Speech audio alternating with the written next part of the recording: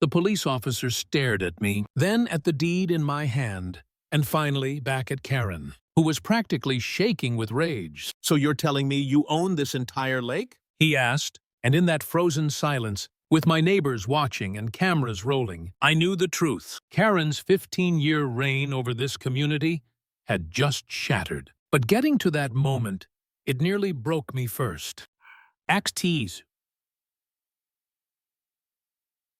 The spark of conflict. I never thought I'd inherit anything more complicated than maybe an old watch or a box of photos. But 3 months earlier, I was sitting in my tiny Chicago apartment when I got an email from a lawyer named Mr. Jenkins. My grandfather, the one I hadn't seen since I was a kid, had left me property in Georgia. I figured, what? A cabin, maybe a few acres, something nostalgic but manageable. Turns out, it was Lake Serenity, the whole thing. 50 acres of shoreline, docks, trails, and every family that lived around it. I flew down, met Mr. Jenkins, and he showed me the deed. My name, my signature, my lake. I didn't even know how to process it. I drove out there and stayed in my grandfather's old cottage, trying to wrap my head around it. That's when I met Frank, the old caretaker who'd been helping my grandfather for decades. Straight shooter, weathered hands, called things like, he saw them. He leaned in on that first day and warned me, watch out for Karen Wilson. She's president of the HOA. She's been trying to control this place for years. At first, I thought, okay,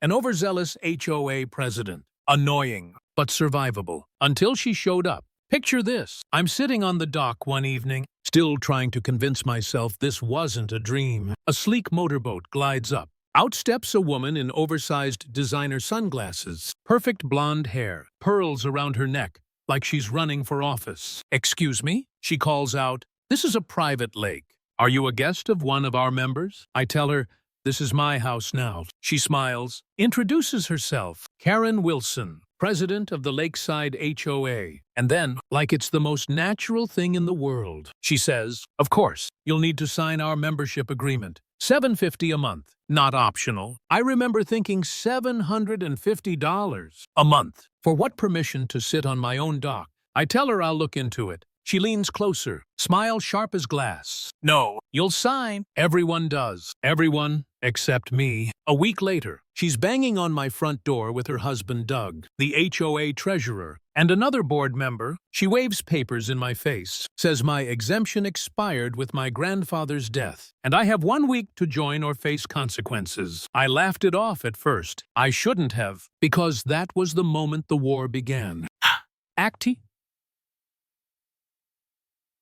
Escalation and the breaking point. The notices started small violations taped to my door, fines for unauthorized dock modifications, which was insane because all I'd done was help Frank repair storm damage on the public dock. Then came threats. Failure to comply will result in legal action. And the gossip, neighbors whispering that I was trespassing, that I was stirring trouble, that I'd ruin their property values. Still, I had the law on my side. Mr. Jenkins confirmed it. The HOA had no authority over the lake itself. Membership was voluntary. But facts don't matter much when someone's determined to crush you. So I did something different. I threw a community picnic, invited everyone, brought food, drinks, told them the truth. The lake belonged to all of us, not Karen, and for a while it worked. Kids laughing, neighbors relaxing, people finally breathing free, until Karen stormed in with the police. She shoved through the crowd, pointed at me like I was a criminal. That's him. He's trespassing. Inciting violations of our regulations. The officer asked calmly, Sir, who owns this beach? I handed him the deed. My name, my property, Karen's face. I swear, if looks could kill. She jabbed her manicured finger at me and hissed. This isn't over. Not by a long shot. And it wasn't, because the next morning I woke to a horror show. Dead fish, dozens of them, piled on my dock in a perfect circle. In the middle, a printed HOA membership form. I stood there, gagging from the smell, thinking, what the hell am I up against? Then James Everett appeared, real estate developer, perfectly pressed shirt, smile too smooth. He handed me his card. said his company would buy the lake for millions. Maintenance is hard, he added softly. Why not take the money and walk away? That night I almost considered it. Sitting on my porch, staring at the dark water, I wondered if I was just a fool. I wasn't a fighter. I was a software guy who worked from coffee shops and coded late into the night. What business did I have going toe-to-toe with an HOA president who had the entire town under her thumb? I even thought, maybe Karen's right. Maybe it'd be easier to give in. Pay the fees. Play along. But then Frank reminded me of something my grandfather always believed. Some things are worth protecting. Places like this lake don't belong to board members with power trips. They belong to families, kids, people who just want to fish or swim or breathe. That snapped me back. And right then, I made a decision. If Karen wanted a war, she was going to get one. Act 3, the showdown.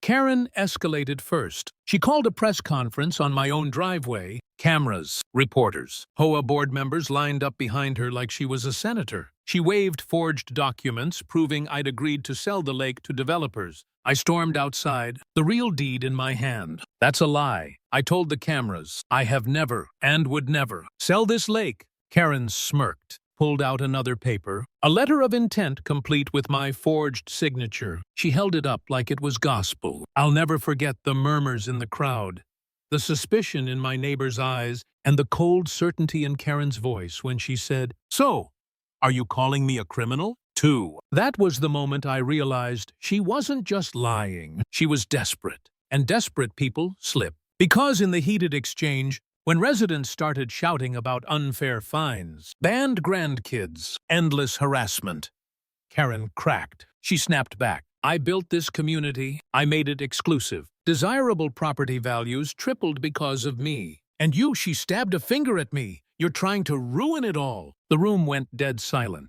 She'd said it, out loud, the truth that this was never about community standards or safety. It was about power, control, and profit. I stepped forward, my voice steady even as my chest pounded. Not the lake, not the beaches, not the people. You don't control them. Karen, you never did. Neighbors started clapping. Not cheering, clapping. Slow, firm, like a verdict being read. Karen's mask shattered. She screamed over them, voice ragged. You'll regret this. You have no idea what you're up against. But by then, it was already too late. Because Officer Rodriguez walked in, hand on his belt, and said calmly, "Miss Wilson, this is private property. The documents are forged, and if you don't leave right now, I'll have to place you under arrest." Her sunglasses trembled in her hand. Doug tugged her sleeve, but she yanked away. She scanned the room, saw the phones recording, the neighbors glaring, the empire she'd built crumbling in real time. And finally,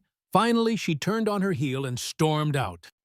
Closing. I didn't celebrate. I didn't even smile. I just stood there, deed in hand, staring out over Lake Serenity. Karen had fallen, but the scars she left on this community would take time to heal. Still, I knew one thing with absolute certainty. I would protect this place, my grandfather's legacy, no matter what came next. Because power built on fear doesn't last. Truth does.